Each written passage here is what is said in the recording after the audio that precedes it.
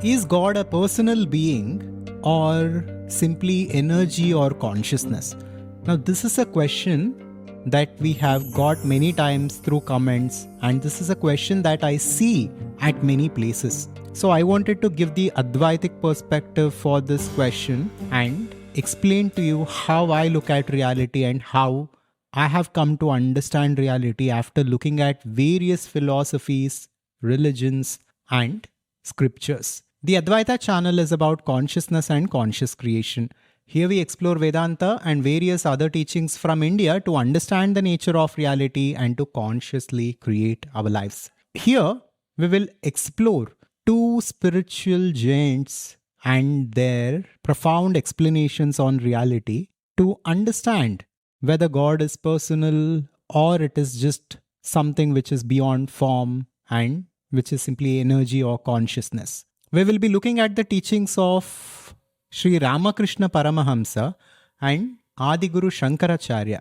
As you all know, Ramakrishna Paramahamsa also was an Advaitin. He taught Advaita, but he is mostly famous for devotion, for his relationship with Mother Kali, and his experimentation with different religions and philosophies.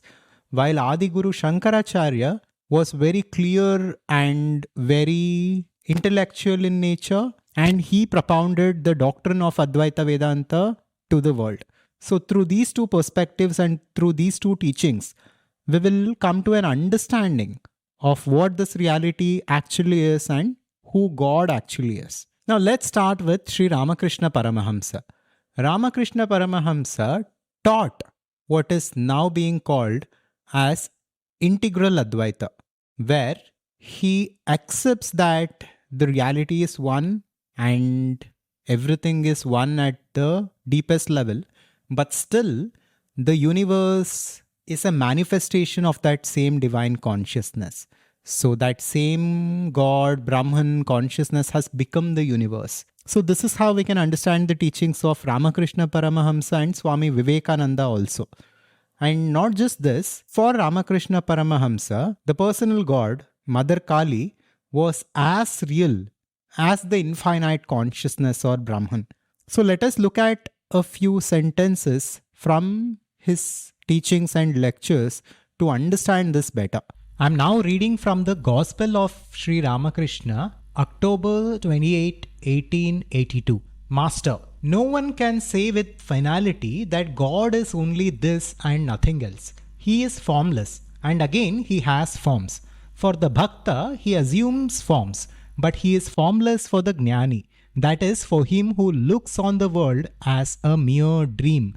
The Bhakta feels that he is one entity and the world another. Therefore, God reveals himself to him as a person. But the Jnani, the Vedantist, for instance, always reasons, applying the process of not this, not this.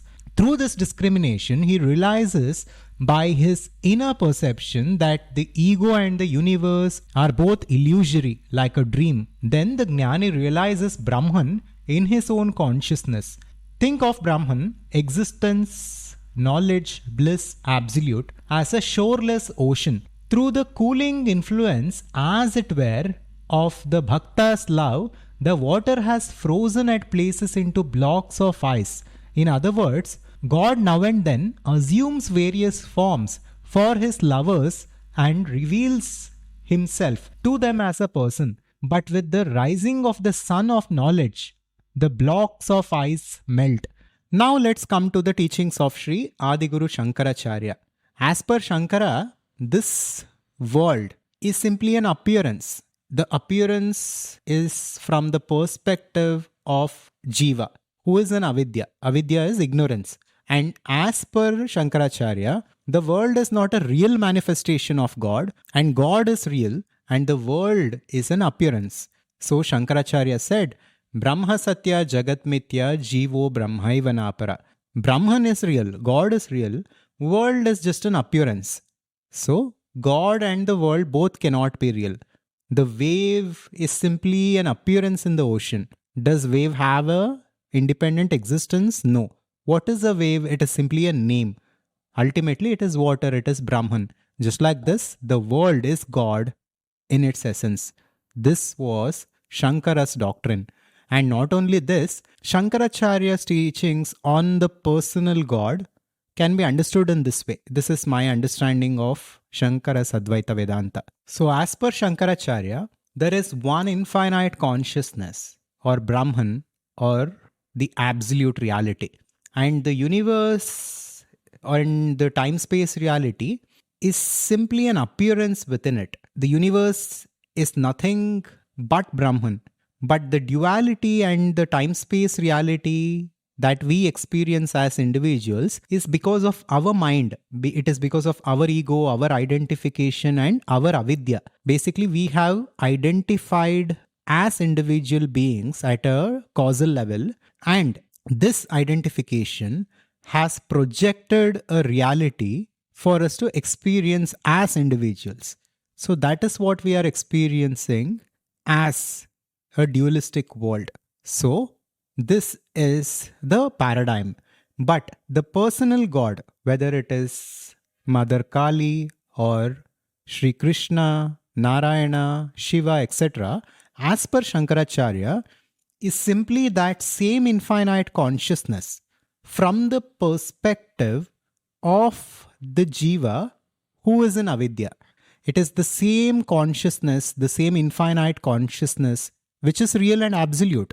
But when looked at from the individual perspective of Jiva, that becomes the personal God. Because human mind cannot conceive the infinite consciousness, which is beyond all parameters and beyond all qualities.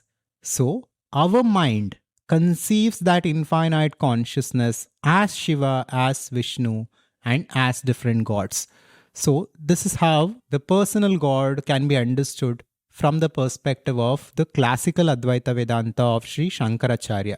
So, now let me read a few verses from Shankara's work to understand his perspective. Now, Adiguru Shankaracharya says this in his Sutra Bhashya. Hence, in the sentences of this kind, the formless Brahman alone, just as it is spoken of by the texts themselves, has to be accepted. But the other texts, speaking of Brahman with form, that is, God with form, have injunctions about meditations as their main objectives. So, as long as they do not lead to some contradiction, their apparent meanings should be accepted. It is according to this that one is driven to the conclusion that Brahman is formless and not the opposite. Shankara's explanations are more technical, but I will explain it here. Shankaracharya is basically telling that the ultimate reality that we can call God is truly beyond form. When we translate it in English, when we say formless, it sounds like a limitation, but it is actually not. It means beyond forms. That reality is beyond all forms, but yet when a devotee has to worship and a sadhaka has to meditate upon it, it becomes difficult for one to meditate upon the formless or that which is beyond form. So the devotee conceives a form, and since that God is the infinite potential, that same God or Brahman or the ultimate consciousness assumes that form for the sake of devotee to help devotee navigate through the journey. Shankaracharya's view on reality can be explained simply with the classical example of the rope and the snake. In this example, the rope that appears as a snake from afar was always the rope. It was never the snake. So, this world is simply an appearance. It's a perspective from the individual's avidya, and it is simply unreal at the fundamental level. So, only God is. Everything else is not.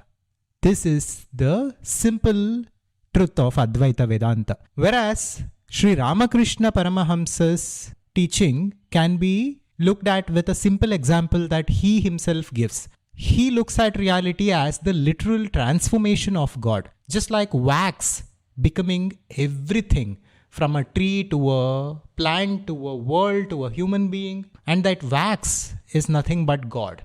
And the world is the literal transformation of God, but both of these great beings agree at the fundamental level that everything is one and God is that ultimate reality.